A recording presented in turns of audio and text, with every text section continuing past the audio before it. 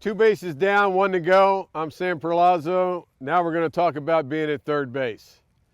So, once we get to third, we got to talk about getting a lead in case there's a ball in the dirt at home, whether we have to tag and getting back to third base. So there's two things we got to remember as far as getting down in foul territory and returning to the bag in fair territory. So there's a couple of reasons why we do that. We take our lead off at third and we keep our shoulders square to the infield again, square to the infield so that this guy doesn't turn around and try to pick us off. All right? Foul territory, square to the infield, return in fair territory. 2 reasons. 1, if you take a lead in foul territory and the hitter swings and hits a ground ball at you or a line drive and it hits you, you are not out. All right? You're not out. If you take your lead in fair territory and he hits a ground ball or line drive and hits you, you are out. So we take it down in foul, we come back in fair, and the other reason that we want to get down, we come down here in foul, catcher throws behind us, we turn and come in fair, we block the third baseman so that he can't see us, and the catcher can't really see his third baseman. Hopefully they'll make a bad throw and not get us. So you got to remember to take your lead in foul, come back in fair, and you got to be aggressive. Don't come down with chest facing home plate because the catcher's going to see that. He's going to come up and try to throw behind you, and you got a good chance of being out. Okay, now we get in a situation, there's less than 2 outs and there's a fly ball in the outfield. So it's a tag situation. So if it's a tag situation in fair territory, we're going to come back on the bag like this and we're going to get ready to go. All right, as soon as the guy catches the ball, we're off the mark.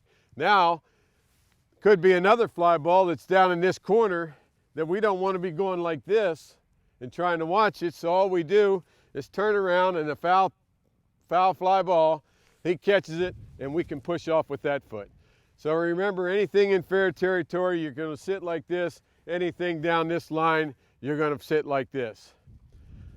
All right, you got a regular lead. We're going to talk about a contact lead. And let's explain to you what contact is. Contact means that the infield's in. All right, everyone's in on the grass. Third baseman's up, first baseman's up.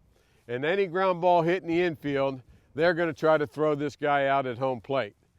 So it'll be the manager's decision on whether he's going to send this runner anywhere the ball's hit or whether he's going to hold him. But for right now, we're going to talk about the manager says, send this guy on contact. So that tells the runner, as soon as that guy swings the bat, I got to be ready to go home. The responsibility that the manager takes on that play is that as soon as that ball is contact and they hit a line drive to an infielder, he takes the blame for that. There's nothing you can do about that. That's the chance you take in the game. That's how you win and lose them.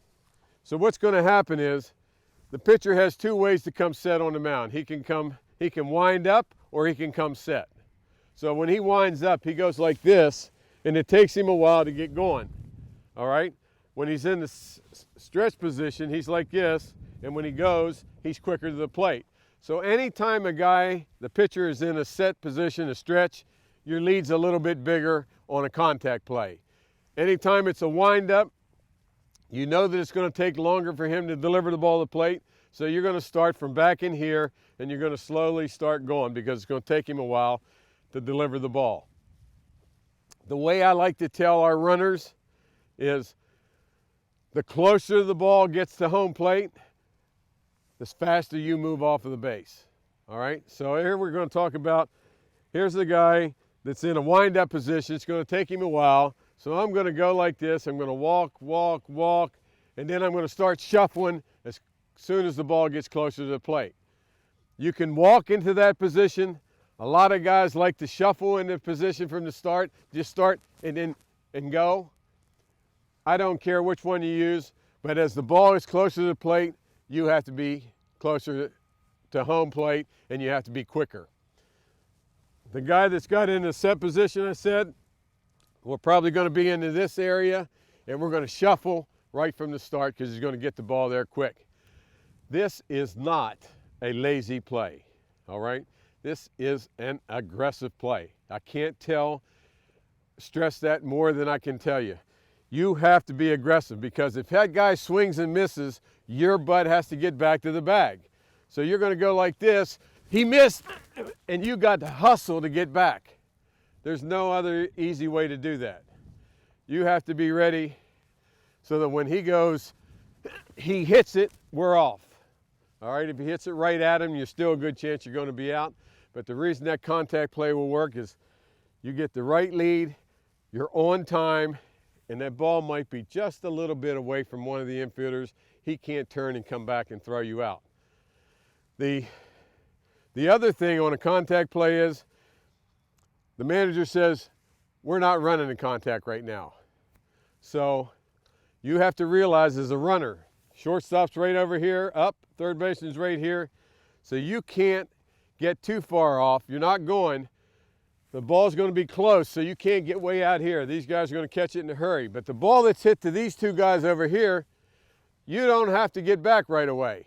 You can stay in this area just in case the ball kicks off their glove and goes off to the side. You still have a chance to score even though contact play wasn't on. Okay. Along those same lines, we got to squeeze. We got to sit ourselves in a situation where we're here. We know it's a squeeze play. And as soon as that pitcher comes, he's going to come set. He's probably going to be in this position. As soon as his arm starts to come forward, we got to go. All right? Once that thing comes forward, he can't really change and do anything else. So when it's a squeeze, get yourself in a decent position. Again, if he's in a stretch position, you're going to be out here a little bit. If he's in a windup, you're going to have to wait a little longer before you go. He's going to go like this. He's going to get up into here, and once that arm starts coming up here, you're going to go. So it's a squeeze play. You can't go too soon because the pitcher can adapt, and you can't alert the other team. So just a recap. Always take it in foul. You're leading foul, returning fair. Fair fly ball and a foul fly ball. Tagging, turning both ways. Running through the bag to finish it off. There have been a lot of times where guys, the base runner at second, comes around third, and he knows it's an easy double, or he thinks it's an easy double, and he lets up before he gets to home, and they throw the guy out at second base, and this run doesn't count right here. So you have to run all the way through the bag, and this guy might have a bang-bang play, keep on going, be safe afterwards, all right? And when you're going into home, it's very difficult to go in head first on a catcher who's got all the gear on. You don't want to have to run into the shin guards. So try not to slide head first at home plate. Try to avoid the catcher, and we'll get to sliding in the next segment.